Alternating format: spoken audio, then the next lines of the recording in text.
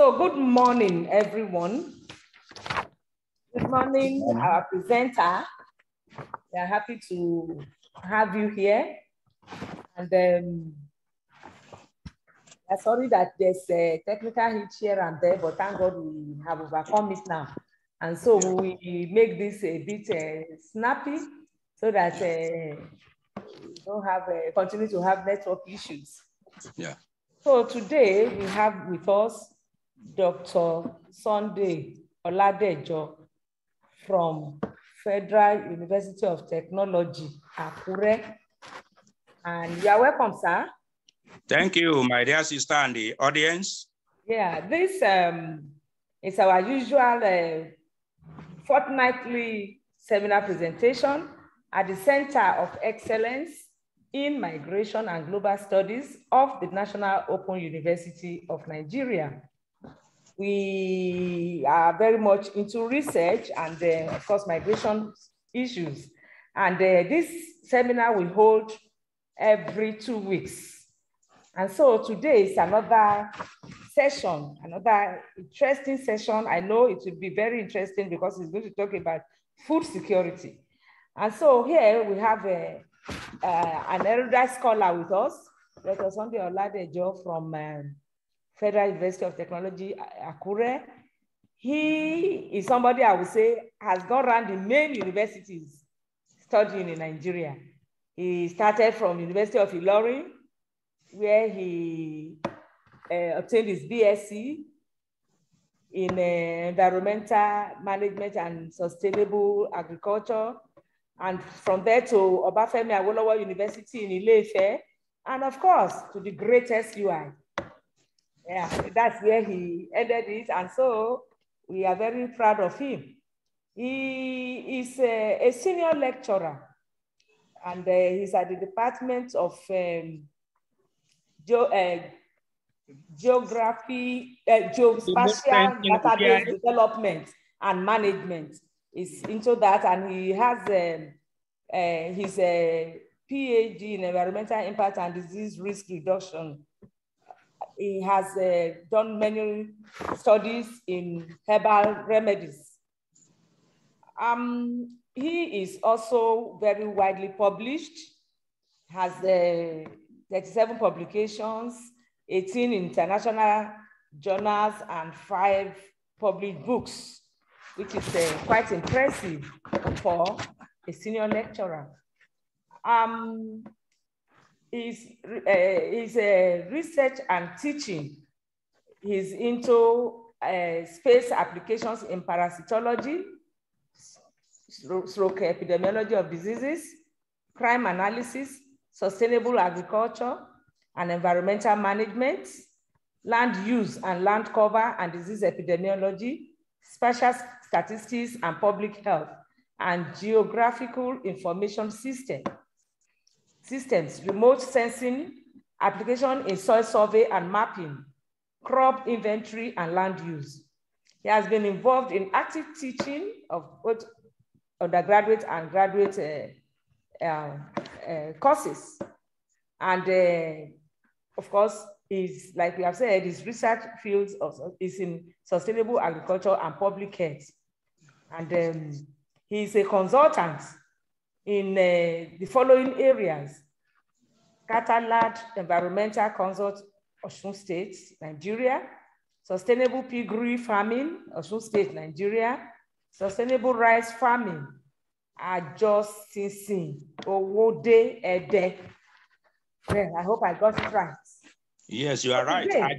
He will be talking to us on migration, its contributory factors, and food security in Nigeria. On behalf of our Vice Chancellor, Professor Olufemi Peters, and all the entire staff of National Open University of Nigeria, we welcome you, Doctor, to this forum for your discussion. You are welcome, sir. Over to you. Thank you, my prof and my erudite scholar. Like she has rightly said, I'm Dr. Sunday Oladejo from Department of Remote Sensing and GIS. And I have to talk at the invitation of the Center for Center of Excellence on Migration at the National Open University, Abuja. I have to speak on human migration and its contributory factors to food security in Nigeria. It is pertinent and important that we need to examine human migration vis-a-vis the factors that actually facilitates the movement of people and how it affects food security in Nigeria. Because our aim is environmental sustainability, how we need to sustain our environment so that the environment will not be used at the detriment of the people living in and around the place.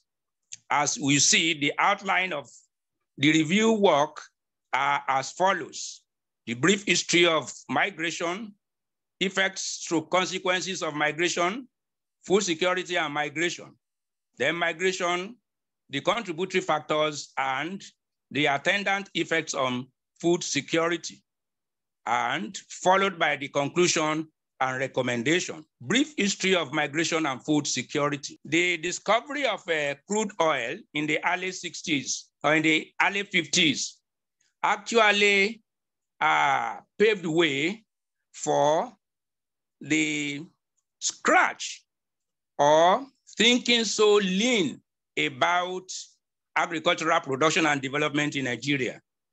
The government then shifted their attention away from agricultural sector to oil industry, which actually is the resultant effect of people who are displaced from the oil producing areas and they had to move out into trade and other businesses. Why people moved in from other parts of the country and from other parts of the world to the oil producing areas. Subsequently, majority of the farmlands are actually destroyed, and looking at that, the predominant farmers and the farmers there actually left the place. And this was according to Afolayan 2008 and Carr et al. 2021. Migration is the movement of people from one place to another, we all know, and immigrants leave their countries or their places to other countries, while the immigrants leave their countries to other countries, while immigrants enter a country. This is according to Olajide and Udo in 2012, Olajide in 2014, and UNDP 2021 actually corroborated and ascertained this statement. Migration is a global phenomenon caused not only by economic factors, but also by social, political, cultural, and other environmental health problems. Then the further education and higher education also has been caused and has caused the movement of people from one place to the other. From literature, migration has also been part of our shared history in our society in Nigeria, because these are consequences of a lot of factors. This is according to Carr in 2021. Many people leave their homes as a result of conflicts, poverty, under harsh conditions, then because of peace and instability, lack of peace and instability in some areas. They leave their places for other places. People also leave to go for further studies in other countries of the world and in other parts of the country. And family members leave to join their people in their areas of better callings when one thing or the other has actually forced them to leave their present place. And this statement has been corroborated by Afolayan 2011, Bika 2021. We should know that those who migrate from one place or the other are not only elders or old men. Youths are also involved in the course of migration. And this includes high school dropouts, then those who love their jobs as a result of one incident or the other in their area. And a lot of groups actually left their rural communities for better and juicy form of opportunities in the urban areas. This is rural-urban movement or migration. This is according to Ayinde et al. In 2014. This result of movement of the youth actually put pressure on infrastructural facilities in the places where they have gone to, like housing, water supply, and this actually brought about a sort of poverty as a result of causes of youth migration. This according to Ayinde et al. In 2014. As it could be seen, you see poverty caused it, unemployment, famine, then in some cases, absence of social amenities in their primary or former areas. And they are looking for better condition and so they move or migrate to other places where they have better condition and amenities. We will see that people migrate as a result of looking for stable financial economy. And like I said, educational opportunities also is one of the causes. And some of them move to meet their families in cause of a marriage or change in marital status. And you will see that some people also, whether young or old, they move from their primary place to another place as a result of fundamental human rights. We all remember what happens in Ogoniland, gone in some over a decade or 2 decades ago. And as a result of that, there has been a sort of crisis in food and education in that area. Then we still have some form of discrimination. And we have separation of family too, which might cause or which caused some of these movements among the youth and the older ones within and outside Nigeria. Also, they may move as a result of crisis, like I've said. In the northern part of the country, we have the Boko Haram crisis and conflict areas in the north and the eastern part of the country. But prominently, we have this Boko Haram crisis in the northeastern part, and it caused a lot of displacements. Furthermore, there are environmental and human-induced activities which brought about a lot of planned and unplanned movement of human in Nigeria. Notably, the environmental induced shocks, which actually include famine, desertification, floods, and other human-induced shocks like slavery and human trafficking. Nowadays, there's a modern form of slavery where people will tell you they want to get jobs for our youths outside the country, only to discover that they have been taken there to enslave them. One form of a job that is not ethical and socially okay.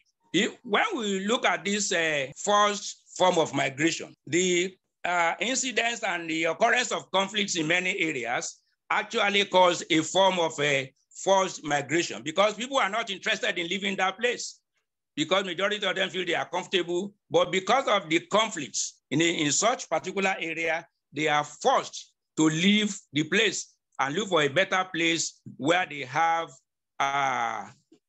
honey type of opportunities that will make them to be better citizens. And this was corroborated by the paper and the research carried out by AGU in 2020. Also, Afolayan in 2011 talked about a gender and age-sensitive form of migration. And this could be seen in figure 2, effect of a youth migration. This also according to IDE in 2014. Humans have been on the move and they want to overcome some sort of hardships and happenings that are not okay with them. And they want to overcome the art. So the existing infrastructures which are not enough for them brought a sort of socio-economic problems as a result of human activities. The relocation and the quest for water brought about by construction of dams in several areas and parts of the country actually led to a non-environmental factor, which is human-induced, which actually is based on the way we make use of our land in our environment.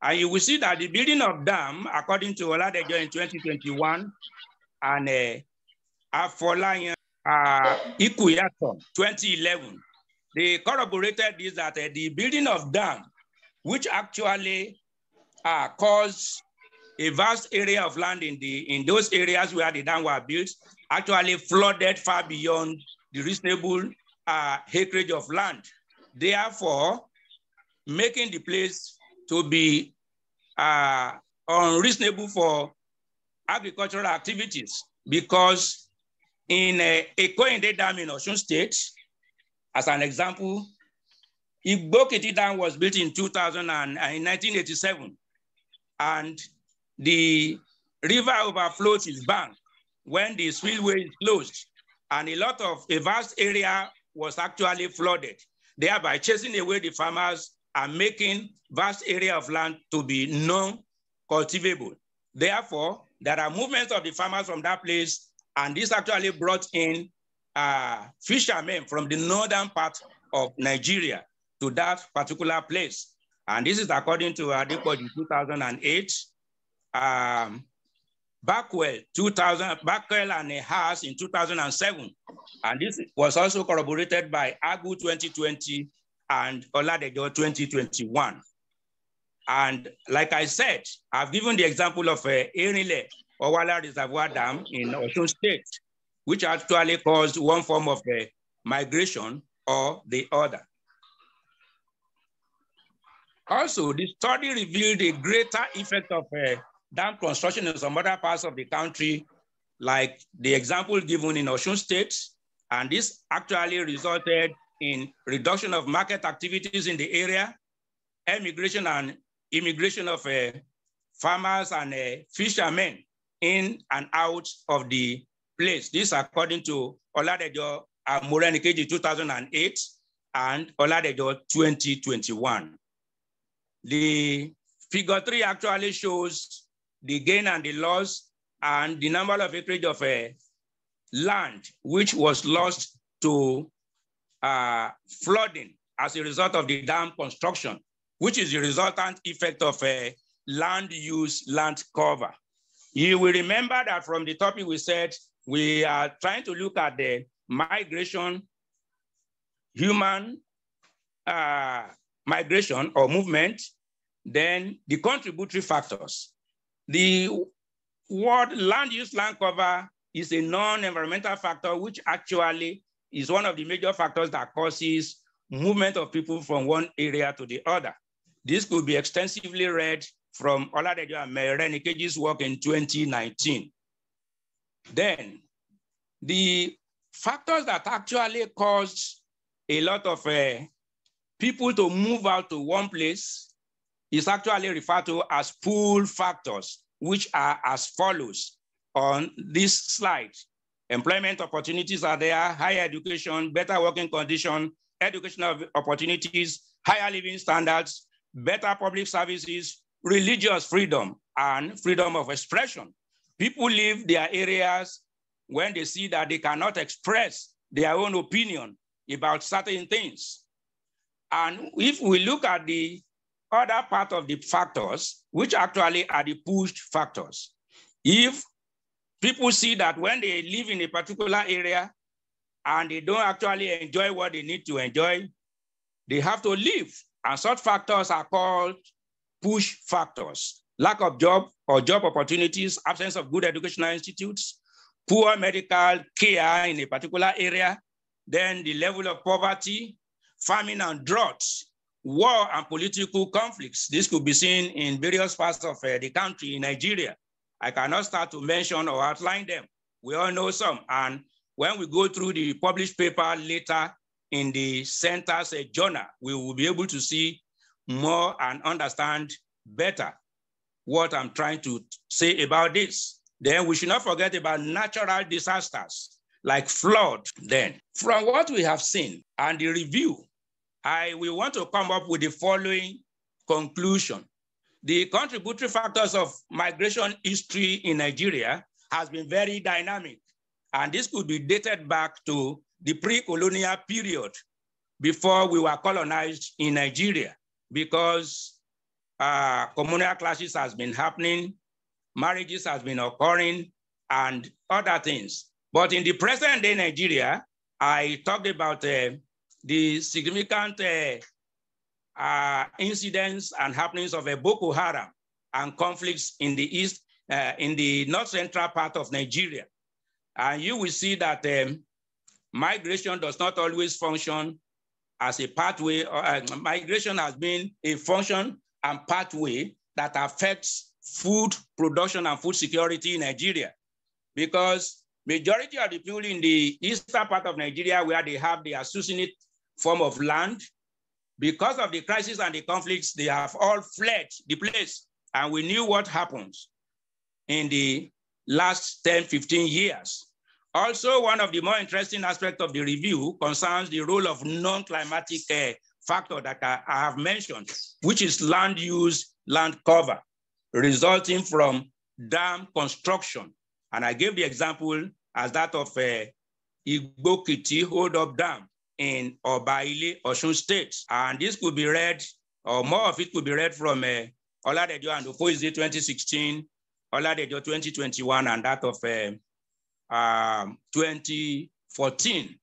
Also, as part of the conclusion, we will see that the result we obtained from this review clearly showed that ecological changes and its effects in a particular environment also is one of the far-reaching contributory factors that actually changes the pattern of movement of people and affects in a long way food production in one way or the other in Nigeria. Also, the contributory factors varies, like I said, and they could be classified based on this review work into two types. We have the push factors, the push contributory factors, and the pull contributory factors, as highlighted in the previous slide. Generally, it has been noted that land use, land cover, which is one of the consequences of environmental changes, actually led to reduction and change in the land use, land cover pattern. And like I said, it is a function of food production. It either, a majority of the time, it has brought about reduction in food production, and which is making Nigeria to be insecure in terms of food production. This paper also revealed a greater effect of human conflicts in our environment. And those examples could be seen in the central and the northern part of the country. And even in the present day time, we have a lot of conflicts in area of political and socioeconomic agitations in Nigeria. Furthermore, and lastly, or finally, the review has showed that the contributory factors of migration are of two types, like I mentioned, and we will and can see from the slides, which are as outlined. They are just two. My recommendation goes thus: migration and food security for sustainable development of the country, Nigeria, is an imperative for every one of us, the stakeholders.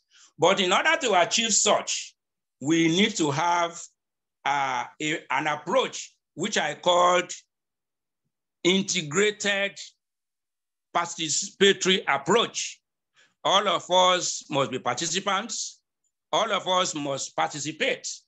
We have to make sure that we pollute less our environment and we use our environment in a sustainable way. We all must participate and we all must integrate our methods at approaching sustainable migration and food production in Nigeria.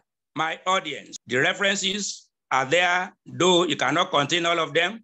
But when I have the full paper in the center's journal, we will be reading and better understand the review and the presentation.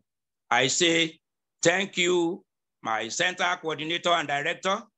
Thank you, my audience from Nigeria and in diaspora. I say God bless us all. Amen. Thank you so much, Dr. Oladejo. That was quite a brief one, very brief, but it's okay because the network is not friendly. Before I make my comment, let me greet our Deputy Vice Chancellor, Technology, Innovation and Research, who is part of this audience here. Professor Olaniji, you are welcome, ma. Thank you, ma. Good morning, everybody. We can't hear you. Thank you, Prof. Okay, so that's our DVC TIR. I hope she's hearing us. The network challenge will also be affecting her. We can't hear her voice. Director, good morning, ma. Can you hear me? Okay. Good morning. Good morning. That's our DVC, Technology, Innovation and Research. I was trying to introduce that. You are blessed, I can hear you now, my sister. I can hear you. All right, and then good morning, Dr. Oladejo. Dr. Olukayode, all right. Yeah. Good to have you present to us today. And coming from my alma mater is an interesting one for me to also listen to your presentation. Which of the universities? I was with FUTA for 17 years plus before so it's also good for me to meet you. Thank you for coming. And good morning, everyone. Thank you for coming. Thank you. Thank you very much, ma. I can also see Dr. Nasi because we are very few. I don't know why people did not show up at all for this presentation. I don't know, but I know that there are many activities in the university today. So maybe that is partly contributory to it. And I was expecting Dr. Oladejo to come with a whole lot of people from FUTA so that we have our guests from FUTA to know more about us. At least actually we want outsiders to be flooding this our site so that they know what we are doing in now. But I didn't see anybody from FUTA because all the people on this that are participating here are all from now. So I don't know why. Maybe the advocacy for FUTA people was not thorough. So next time you let them know, Dr. Oladejo, that we are here on this platform so that they can always come in every fortnight. Because the next one now will be in 2 weeks' time by God's grace. However, having said that, I want to really commend your presentation. But however, I want to say the angle of this presentation that I'm not quite okay with is the one of food security. I actually thought we were going to dwell more on migration vis-a-vis food security, because the truth is that the general or basic causes of migration has been overflowed on this platform. We all know it. But we must always repeat it, partly in our presentation. We must always talk about definition of migration, the pull factor, the push factors. But the novel thing here would have been the food security part of it. So I just want you to take note. If you are going to give it to us as a publication in our journal, we will very much appreciate you dwelling more on migration vis-a-vis food security. That will be the part that will make it really special to us and for everybody. Because if we are telling us about pull factors, we say, I think almost 100 people that are presented here have talked about it. But when you concentrate more on food security, we want to know more. I hope that is taken, sir. So try to do more work on that angle so that we can, get to know more. Because yes, it's good to know what we have known before, but then we want to know new things. And I think that is the angle. I don't know whether any other person on this platform has questions or comments for Dr. Oladejo. Okay. My prof and my DVC, I quite appreciate you and your observation. I've dealt well into them because I'm looking at migration, the attendant food security problem at the angle of an ecologist. And the suggestions so mentioned, I've taken note of it, and you'll be able to appreciate it when I send my full paper to you. And I promise I'll be taking part in the subsequent presentation. And why majority of the full-time staffs are not attending is because of one, the strike. Two, there are some other activities around. Like I'm to be in I'm due for a conference in Colorado University, which started yesterday, but I couldn't be there. And even my PhD students, 3 of them, instead of joining me, they said they had some problem on the way with their car. And the one actually lost his phone. So I'm sorry that not many of us have been able to join the presentation. But I know in the subsequent ones, I promise that we have better and wider, what we call it, publication, so that it will be impressive. Do you want to ask solidarity question? Okay, BBC. Yes, I will ask a question because he talks about ecological changes, yes, land use, land cover. Yes, you know what I mean. If effect on migration, or is it the migration that has effect on them? My question is. Sorry, can you wait, sir? Let her finish, then you take over. Okay. If we look at a lot of situations where we have ecological changes and human activities, it may not necessarily be because of migration, but because of population expansion, population explosion. Sometimes it's not necessarily because of migration. It's because in a locality, population is increasing.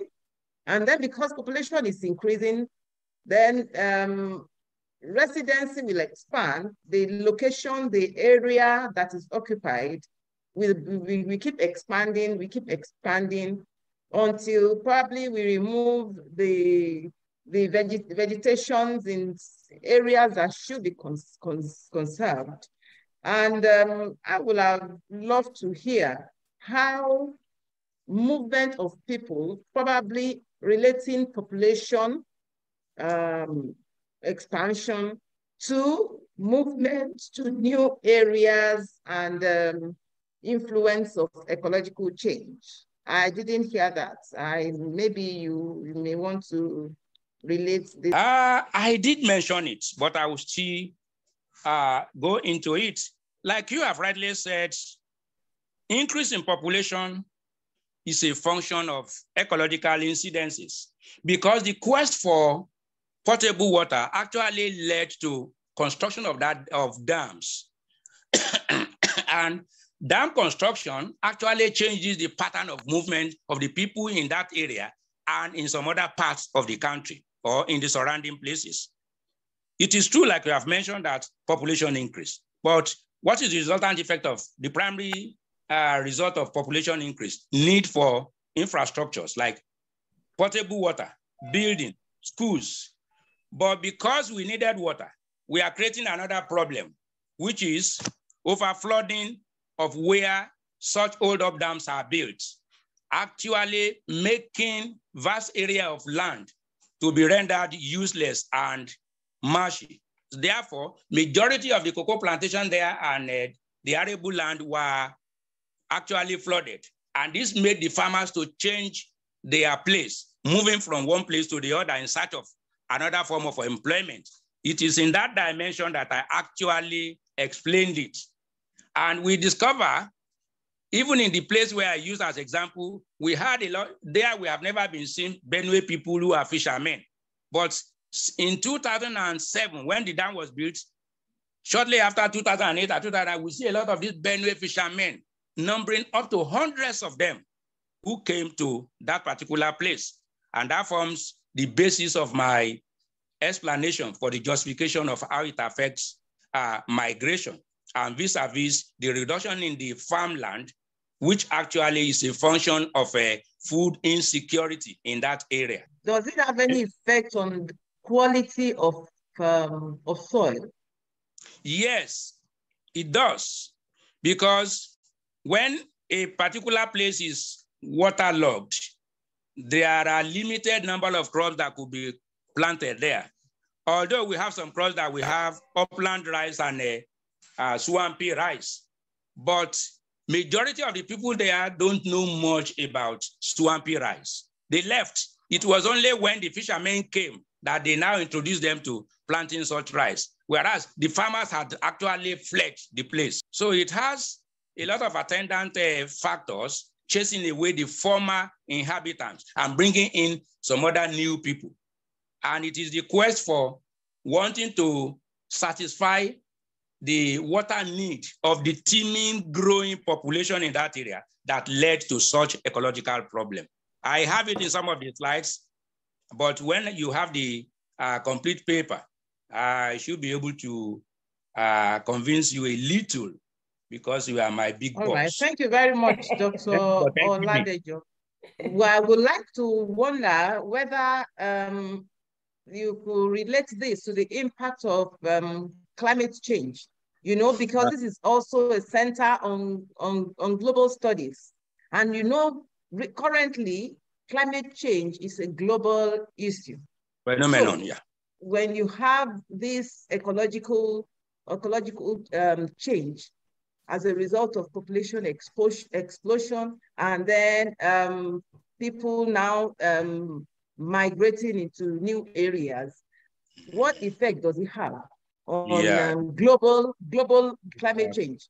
Is it contributing to buildup of greenhouse gas? Definitely. Or what? Okay. Yeah. Something like that. My boss, I have a lot of results in that area because I have spatial temporal pattern of climatic changes like rainfall, temperature, which I have them in maps, and because of the time schedule, I just felt, well, just let me put in something in that area.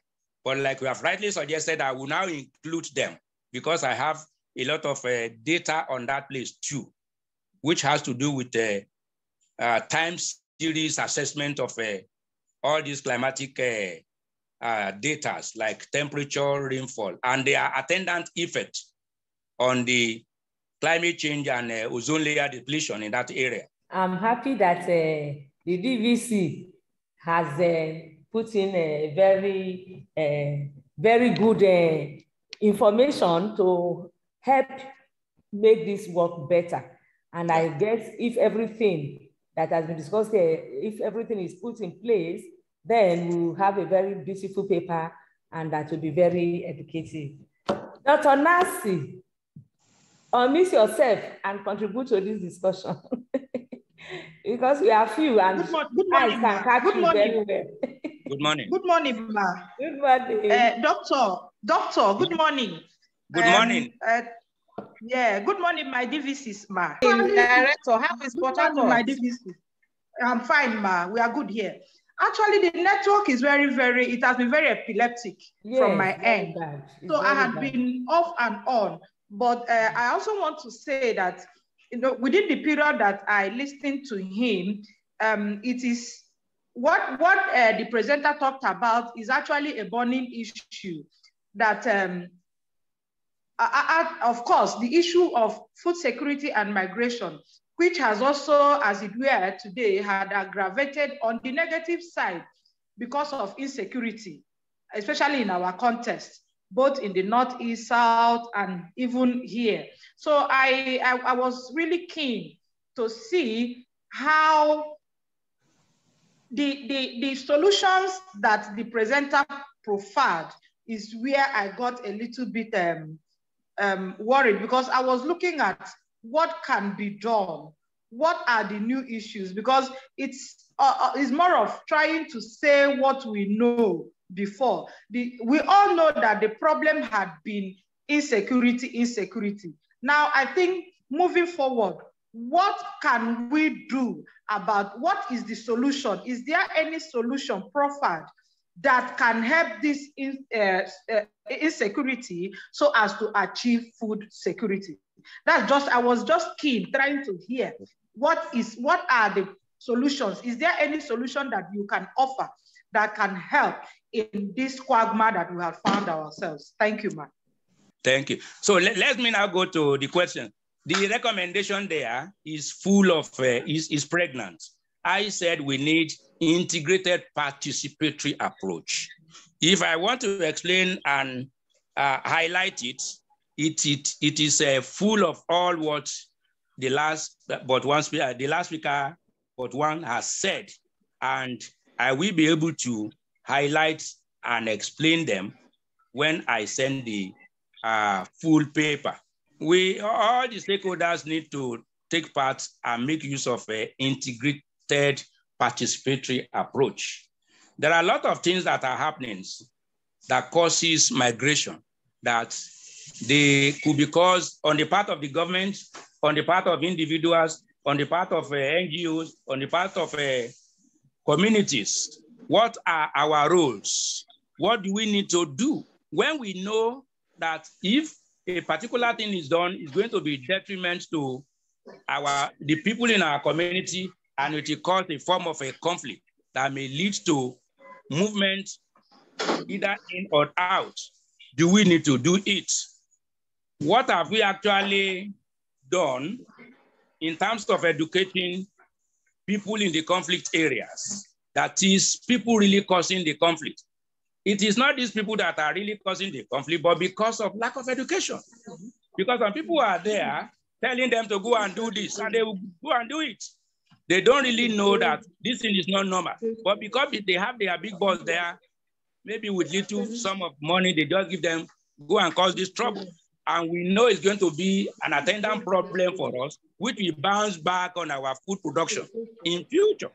Another example is, we talk about the environmental impact assessment in construction, like I said, in a dam construction. Do we actually put those things in place? People are concerned, so that it will not cause emigration or immigration in that particular community. Then also, how does politics affect migration? But I don't have enough this thing to say much on that. I better keep quiet. So, like I said, I have a lot of things I would like outlined there, which is not on the slide. But when I send in the write-up, my sister who actually asked the question will be able to see and understand more of what I meant. So, thank you, my sister. Thank you so much. Dr. Nasi, do you have any suggestion concerning the security issue vis-a-vis food security, or the insecurity issue, how it affects food security and what can be done? You want to share anything? Yes, ma. Actually, what caught my attention seriously on this particular topic was my personal experience, actually, that I had with somebody I know, but a petty trader in Abuja. And I used to buy fruit from her. And so one of those days I went to him. So one of those days I went to him, I wanted to buy watermelon. And he said that that he's no longer bringing the watermelon from his farm. So I now asked him why. He said that the last one he cultivated within the Abuja area, close to the airport, that by the time he came back, that people had gone into the farm, were cutting the watermelon, and as in they will cut it. It's not as if they cut it and carried it. They were cutting and was looking for ripe ones. Maybe by the time they will get a ripe one, they must have scattered like 4, 5, 6. And these are people, he said they were rearing cattle, and this was what they were doing to his farm. And then, so, that actually touched me. And I said, this is just one case. What it means is that there are other people suffering this same thing. Mm-hmm. So if he can no longer bring watermelon to that area, then we are in serious trouble. Mm. Just because people had gone to his farm to destroy these things for no reason. So this thing has actually, you see, as small as this story is now, it's it has actually cost a lot. The ripple effect is that even me, that don't even know where his farm is, I have, the impact. I have felt the impact of what had been done there. So what I'm trying to say in essence is that, like when the doctor, that's the presenter, mentioned participatory, in other words, it has to be an encompassing thing that has to do with the government, the individual, the stakeholders. So if this paper can come up with a thing like this, and then authorities should also take serious look at this and encompassing thing to see if there is going to be a lasting solution to this issue of, I don't want to say herdsmen, but either herdsmen or whatever name they are coming with, because from the way we are going, it is really going to affect us negatively. That's just why I'm really interested in this topic. Thank you so much for that beautiful contribution, because I also want to say everyone should be the brother's keeper. Everybody, because perhaps when those people were entering that person's farm, maybe somebody saw and felt, it's not my business, it's going to destroy that. But if they know that we really love each other, if we really care about each other, this participatory is for us to be concerned about what is happening to the other person, even when it is not to us, because in that way we help each other, because there's no way we can help to stop this insecurity issue if we keep quiet and allow it to happen to someone because it does not affect us. At least in our own little way, we should just raise an alarm, we should alert people, we should ask questions. I know that everybody is afraid because they say some of these people are going about with guns, but I guess that not all of them also have guns, not all of them, but some people are actually wicked, because what we have just described now, that happened to that person, this is extreme wickedness. Somebody is laboring and another person is there destroying. It's really wickedness. And I don't really know what you want to gain with that. Just say, let's spoil it. He cannot do anything. He may not have a gun, but if somebody watches and cares, then that action may have been stopped. So we have to talk to each other, talk to one another. Let us be our brother's keeper. And we try to make people know when something is going wrong. I think for the last time, now let's give the speaker the chance to round up this discussion, except there's another person who wants to ask any other question. But if not, yes, as short as the paper was, I think at least we have been able to raise some very germane issues, which I know the presenter will try to put in his paper to make it more far-reaching. And so I wanted to just round up in one sentence what it has to tell us. Dr. Oladejo, over to you, sir. Thank you, my coordinator and my director. I still want to buttress what Madam has said. I had a personal experience on my farm in 2000 during COVID. I had 2 acres of land and 3 acres where I planted cassava and plantain. Do you know that at the 9th month, these cow people just went there and they ravaged the whole farm. I have not been able to repay the loan till now, as I'm speaking. And that happened in 2000. And it was only 5 or 4 of us that stayed back around that place to still do some sort of farming. Other farmers in that area, they have gone. Some even left for Lagos because they came right from Lagos to come and do some sort of farming. But when they saw what happened to my farm and the other farm, they are not interested in expending their money. And we all know what it means. It affects food production and supply. And that was even why I said, when they were there, some people saw them, they didn't tell me. And that is why I said, if we are all going to actually come up with something reasonable in terms of securing sustainable food production in Nigeria, it has to be integrated, participatory approach. All of us must be involved. When we see people, we should educate them. When we see things, we should alert people around so that we can all rise up and face the challenge. And I believe the government there, they are listening to what we are saying, if they will yield and change so that we will all live to say we are actually coming up with a better Nigeria. Thank you, my coordinator. Thank you so much. Thank you.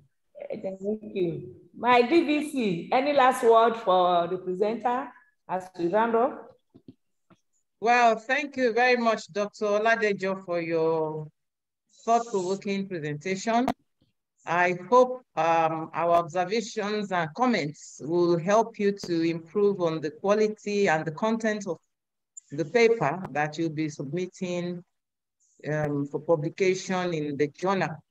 And congratulations to the director for another successful seminar. Also, appreciation to all the participants who saw it as necessary for them to be part of this discourse. Dr. Nena, Director, Port Harcourt Study Center, thank you for joining and for contributing. Thank you. All right. Thank you so Center much. of Excellence. I appreciate you very much. as few as we are. I think I enjoyed this discussion because it's not by number, it's by being effective. So I thank you all, even though we want more people to come online so that we can really share experiences better, the more the merrier. So let us help in advocacy for our center and this presentation in particular that we have every fortnight. Thank you, because there are a lot of things we discuss here and we record them, we put them on YouTube, and I know that they go places, they go far wider than we think. So let us continue to make it a date with us in another fortnight, another beautiful topic. Thank you and bye-bye.